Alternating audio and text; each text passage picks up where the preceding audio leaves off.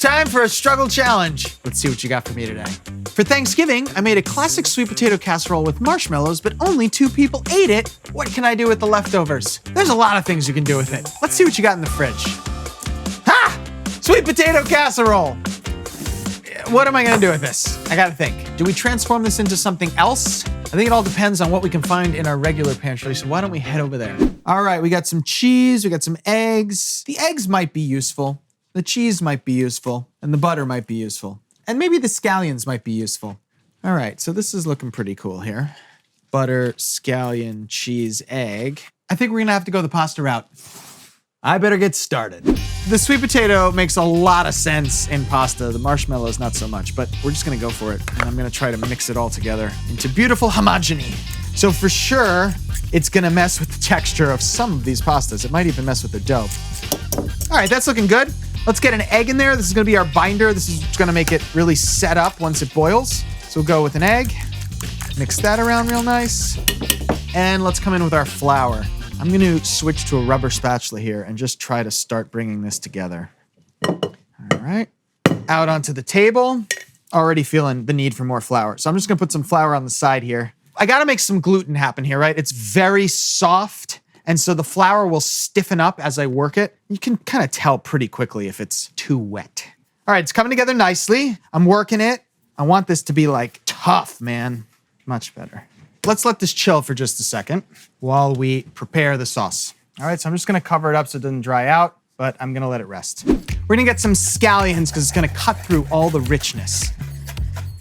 Some of my all-time favorite pasta dishes start with various types of cured pork. I know we're gonna get that salty smokiness. I've got my dough. I'm gonna cut it in half.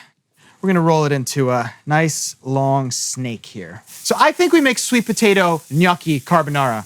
Very nice. Try to make these sort of cylinders of pasta. Let's make a little carbonara sauce. So we'll take an egg, crack it into a bowl. We'll struggle whisk that up, and we'll add a whole bunch of cheese. Very nice. We'll mix this in with the egg. I'm gonna salt my pasta water. I've never been a huge fan of putting like extremely fresh, delicate pasta into rip-roaring water because I feel like it breaks apart the pasta. Just a simmer like this is great. I'll load those in and we'll come in with the second batch. And basically we're just gonna wait for these to float to the top. Hit some scallions with the bacon here. So the pastas are just starting to float to the top. I'm gonna take a little bit of my hot pasta water and I'm gonna bring my egg up to temperature. Basically try to prevent the scrambled eggs from happening and really create a nice creamy, creamless sauce. So that's looking good, nice and thin. Gnocchi have floated to the top. Now the marriage happens. Here we go. Turn this up a little bit. I'm just tossing, I'm mixing. Get our egg in here. What do we do if we put too much egg? Start adding more cheese. Can mix this around. All right, we've got our little gnocchi here. They're gonna come in like this. Nice, that looks pretty. Let's hit it with a little bit of scallion. And we'll hit it with a little black pepper, and there you go.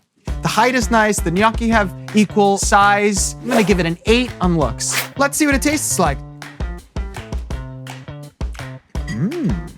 I think we've achieved exactly what we set out to do. I taste the saltiness of the bacon first, and then the sweetness of the sweet potato comes after, but it is not overwhelming. It has mellowed into the dish really nicely. The marshmallows almost disappear. It's an 8 on presentation. It's a 9 on flavor. That's a 17.